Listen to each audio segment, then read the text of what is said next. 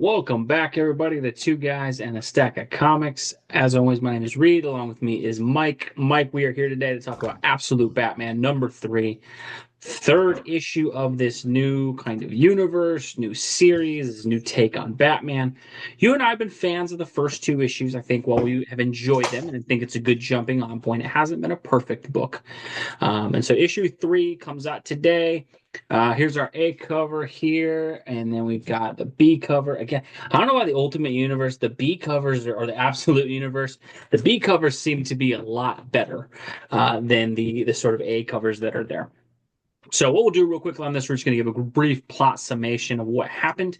Then Mike and I will talk about our thoughts on this, and then kind of just give overall where we feel on this book through 3 issues. Obviously, Mike and I like to give books a little bit of time, like a full arc, but about 3 issues, you can start getting a feel on where the Yep. book is. So in this book, we have kind of two dueling narratives that happen. About half the book is set in flashbacks, and I don't want to show too many pages here because I do want folks to get a chance to read it and stuff. But we kind of get this flashback of him and Catwoman. Catwoman was teased at the beginning of last issue, and so we see Batman kind of chasing her across the rooftops. We see that she's the one kind of getting him out of his funk after his dad died, so she's sort of challenging him. Very similar, I think, Mike, when you read this, you told me the Gotham TV show, Gotham those kind of vibes. vibes that were Yep. there.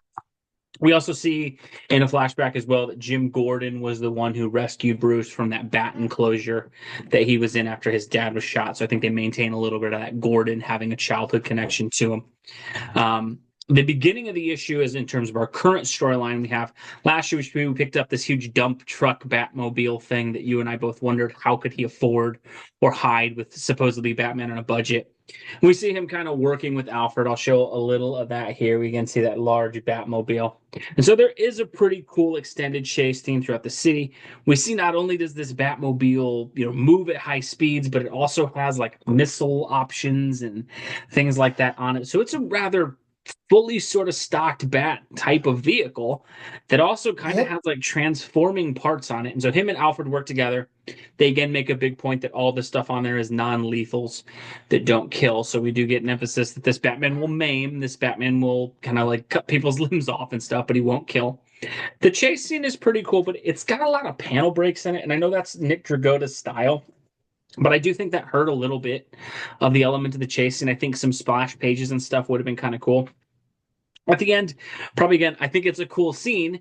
Batman sort of ejector seats Alfred out, James Bond style, and then drives into the water, and then the Batmobile sort of is Because able to drive. at AutoZone you could get the aftermarket version of the ejector seat Yes. for pretty much any car and install it yourself, right? Yes. So we get the Goldfinger ejector seat from the DB5 of James Bond, mixed with the Lotus Roger Moore era driving underwater James Bond vehicle on this Batmobile. Again, I Also, an do wonder. aftermarket option at AutoZone. You can waterproof your Yes, car. Batman on a budget just went to You his put local the Gotham. fins on it and a little motor, and it can. Yeah, I have again, one of those for my car. I couldn't absolutely. resist Well, it. who among us doesn't when we're on a budget? We don't have that And on much. YouTube, it tells you exactly how to do it. So we get a little more flashbacks. We see Batman and Catwoman kind of attend the Zorro film, so they incorporate the Zorro thing again. That was where she was taking him to on kind of that night out where they were there. And his friends are all there, and they sort of force him to watch the movie and have fun. They're trying to shake I him out thought of his that was funk. weird. I thought that was a little Yeah, weird. not my favorite plot element of it. We get to a couple things, and again, I'm a big Scott Snyder fan. I like a lot of this book so far. We do get some incorporation of Riddler or Edward Nigma, but this is where Snyder to me tries to get a little too cute. So we see here, and I'll kind of hold it up. There's a chat bot kind of thing that Edward Nigma is building that he is essentially calling Riddler. And so Batman, he gave that mask to him in the last issue from those party animals that they're stalking, the people who are terrorizing Gotham.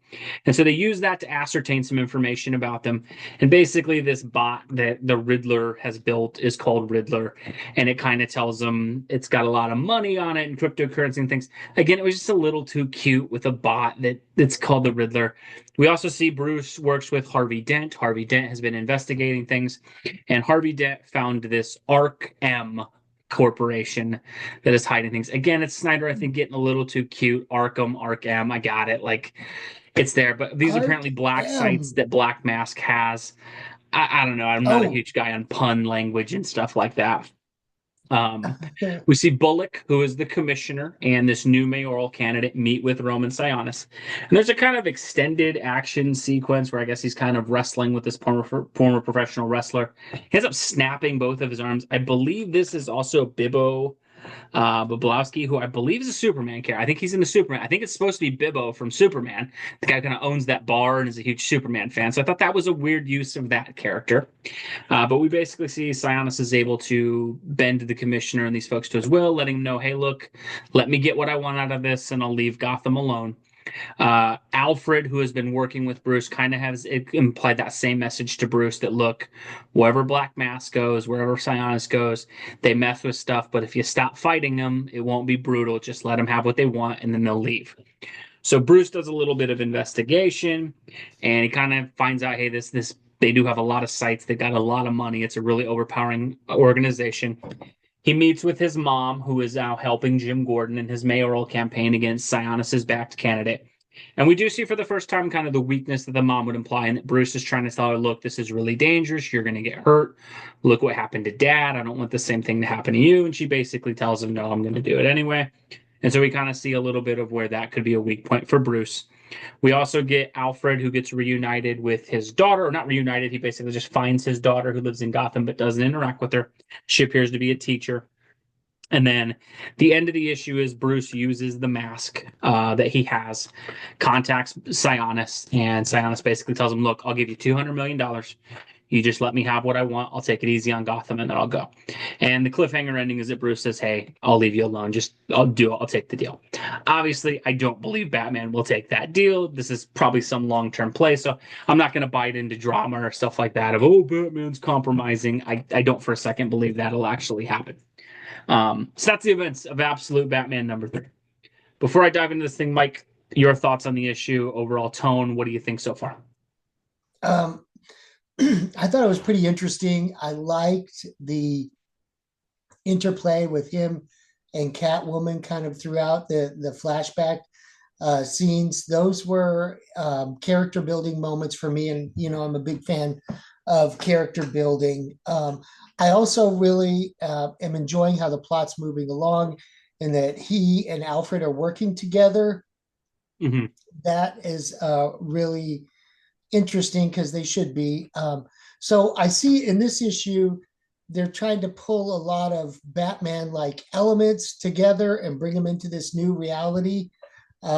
Even the pun of or wordplay Arc on M Arc and the Riddler, M, yeah. and Enigma's AI is called the Riddler just by chance. So you can see him kind of trying to pull familiar elements in just to keep the Batman fans maybe happy. But I do think it kind of fell flat in this episode or this issue. Mm-hmm. Um, it landed too hard. Yeah. But anyway, I do like the setup and how things are going. I'm very excited to buy the next issue to see what this master plan is of his to capture Yeah. Sionis. And so I'm with you on that. I totally don't believe that Batman's going to take the money because obviously he doesn't need the money. That You graveyard got shift at James Circle Bond K submersible vehicles and stuff like and that. Yeah. with the AutoZone with all the aftermarket options just right around the corner. Maybe he does the side job at AutoZone and then installs the stuff at night Yeah, with for a video. city engineer, he's got some impressive tech. Yeah, I yeah, think what's interesting in that, like, I think this comic book is going to be one that I like and I buy, but I am probably always going to have some issues with. And that one thing I will say is I am not going to object to anything in this comic based on, well, in the main continuity, it's like this, because it's a separate continuity. One right. thing I will say for these absolute universe things is, look, these are supposed to be different takes. And so I'm going to, as long as they don't massively destroy, compromise, or make the characters just stupid, I'm going to be okay with some changes and some things like that because I have Detective Comics and Batman and World's Finest and Justice League and 10 other comics that I can buy every month that have my main Bruce Wayne Batman in it.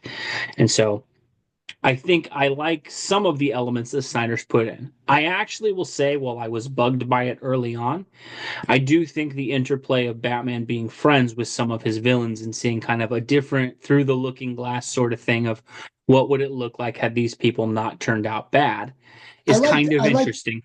I like the part where Enigma says, "If it hadn't been for Bruce, I probably would have gone Like could down have the broken or something. Yeah, I think there yeah." was there's some strong dialogue in that. I like him working with Harvey Dent. I think that's interesting, and it does give it a little more Spider-Man vibe where he's like friends with all his villains kind of thing. But I will Yeah. say if you're going to commit to that bit and actually do it, I like that he's actually integrated it and it wasn't just some one-off stupid thing where Batman played poker with them once and they were friends or something.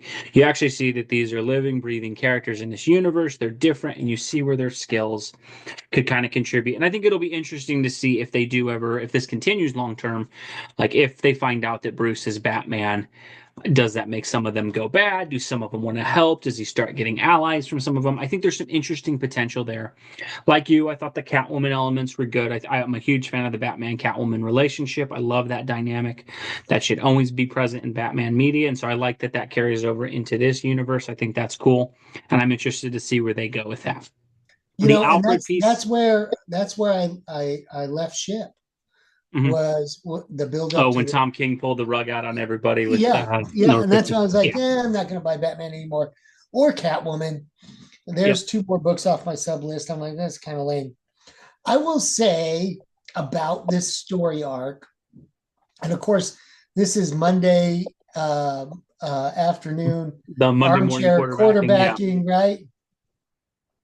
I just think it would have been really cool if they had really gone all in on the the middle class Batman, Yep. like and have him fighting small time crooks. I know it's not over the top like comic books, and you have this high tech villain like Sionis, who's like a multinational like crime lord. You know what could have been interesting if it was like a gritty kind of just down and dirty, you know, uh, you know, Joe the plumber, figures out how Or if to, you'd have had someone like Zaz, who's just a serial killer in Gotham, and he's take out small crime and clean up his neighborhood, make it a friendly neighborhood again. I think with it having such a grandiose villain, you had to, by nature, up the stakes of your middle class Batman to somebody who could have a car that goes underwater and has to team up with international, you super know, spy Alfred, and super spy Alfred to having help have a him take friend who. out. Yeah, I I just think think there was a that's lot of story potential there that could have been, and it could have been more grounded. And but maybe that was too big of a risk for them to take. But I would have bought that comic. so. While I enjoy this book, that would be what I say is my biggest caveat to it. Is in my opinion, when you do the idea of Batman is not rich, that was the main hook of this book for a lot of folks. Was it's a new universe, it's a new thing, and the main difference is we took his advantages away of having a bat this, a bat that, a bat everything, right? One of the things is if you're going to commit to that bit, then you actually have to build it into the universe. And the thing is, had this been that Batman was doing fine, like you said, maybe if they'd have done the first couple issues that Batman is tackling some of these lower tier threats and things like that, and he's successful, and then on the scene comes someone like Sionis, and we start to see that, like, man, this guy with his little arsenal of tools is not able to tackle someone like this. I think that would have been interesting where I actually have to critique Scott Snyder a little bit in the plot building and things like that. And I don't like doing that because he is one of my favorite writers. But one of the things I'll say is if you're going to have the hook of this end of this issue be that Batman is being lectured by Alfred, that look, the funding you could get from Sionis could help Batman be better, that if Batman's even thinking of taking this deal, then you need to build into the first couple issues that the lack of money that Batman has is substantially affecting his effectiveness and his ability.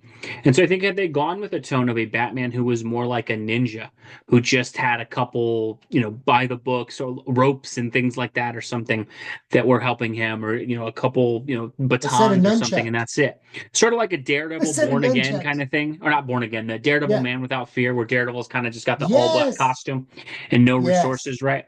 And you kind of see that like he's having to tackle it with just himself. But when you've got a Batman who's got this cape that can shoot out different things, almost like Dr. Ock tentacles and knock people out, when you've got a dump truck that's got James Bond probably jealous of the car that he has in terms of it can turn into a dump truck, then a speed thing, and drive underwater, and with an ejector seat to boot. When you have all those tools, you've got bases all throughout Gotham. You have a friend who has a supercomputer AI bot that they can build to help you out. You're connected with the district attorney. I don't really see any disadvantages. And so, again, if you're going to have the hook be that Sionis is making this offer to Bruce that, hey, man, I'll give you funding if you leave me alone. Had you built it that Bruce is just outgunned, outmanned, can't do things, that would bring a lot more drama to That's when this. it really gets interesting. But But I'll tell you what, that aside, now we know it's not the blue collar Batman. It's something else. And I'm along for the ride. but The the whole thing, story's good. they still seem to. I Snyder think my writes a big good issue story. with that is they're still leaning into the blue collar Batman thing with the end of Bruce's thinking of taking the money. And it's Yeah. again, if you had where his Batmobile was like a broke down Honda Civic that he painted black, right? Like Yeah. that Yeah. That would be that's kind something of where what I the was funds thinking. that would be something where, hey, the money's being offered at the end, where there might be a conundrum of like, he could Yeah. be a more effective Batman if he took the money. I just think if that was your Like main his Honda pitch, Civic needs a new transmission after that yeah, like last the car catalytic chase. converter has gone And out and he doesn't have the bat funds to cover it, right? exactly. But Exactly. when you build all these other things and he has these, and again, it's a comic book. Obviously, it's gaps in logic. It's a guy who puts on a costume. In real life, the guy would die in 2 seconds. It's a comic. We're supposed to go with it. I get it. But the Yeah. main thing is, if you're going to bake it so much into the plot, then you dang well need to show where this is hurting him so that we as an audience actually get on board with, like, hey, man, this might be something he could look into. Instead, it just seems, again, a bit like a cheap play. And again, I think the book is fine. I would give this issue a 7 out of 10. I think it was okay. I like the book overall. I'm nowhere near dropping it or anything like that. I enjoy No, it. me I'm looking either. forward to the next issue. I I just really think am. that was a massive whiff in terms of trying for something and not hitting.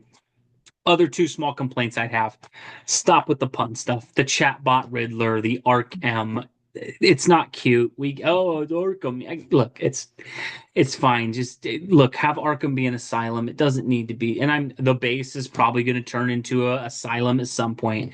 I just there's little things they're doing. They're doing the same thing in Superman with him calling oppressed people the people of steel, and just stop with the puns. We're DC fans. We're buying comic books. We know what the stuff is. It's not Yeah. cute or anything. I will say the strength of the book for me continues to be Drew Goda's art, though. I do think the art is fantastic throughout, and I think Scott Snyder's a great writer. I think this was a bad issue from him personally in terms of I think some of the chase scenes and stuff were written well. I thought the dialogue was good. Just some of the larger swings he didn't work for me. But I have look, Scott Snyder to me has written probably 100 good comics I've enjoyed. I'll give him a pass on maybe this was just not his strongest issue. I do think Dragota's art though carries the day on a lot. I think he does a great job with dynamic scenes and stuff like that. I do wish the action scenes were a little more splash pages as opposed to the panel breakdowns that we always get, but it does give it an interesting feel. But that's kind of where I'm at with it. I would say this was the weakest of the first three issues, but I'm nowhere near dropping it. I'm not going to say this is a bad comic book. I I think if you enjoyed the first two, you'll like this one as well. I liked it, maybe even better than the second issue. Okay. I know that overall I liked it. And as a comic book reader, you gotta take the ticket and take the ride, right? Pay for the ticket, you get on the ride. So was I really disappointed that it didn't go all in on the blue collar Batman? Not really. Although I do kind of wish for that story, and I think that story is still out there because that's a really cool story. Yeah. Almost kind of like the story for the Robert Pattinson Batman, the Batman movie, where he's Yeah, more gritty. that one actually seems to have less funds Yeah, given his you tech know, than this one for sure. yeah, and he's got that beat up clunker, but he's got it souped up and he's wrenching on it Yeah. himself.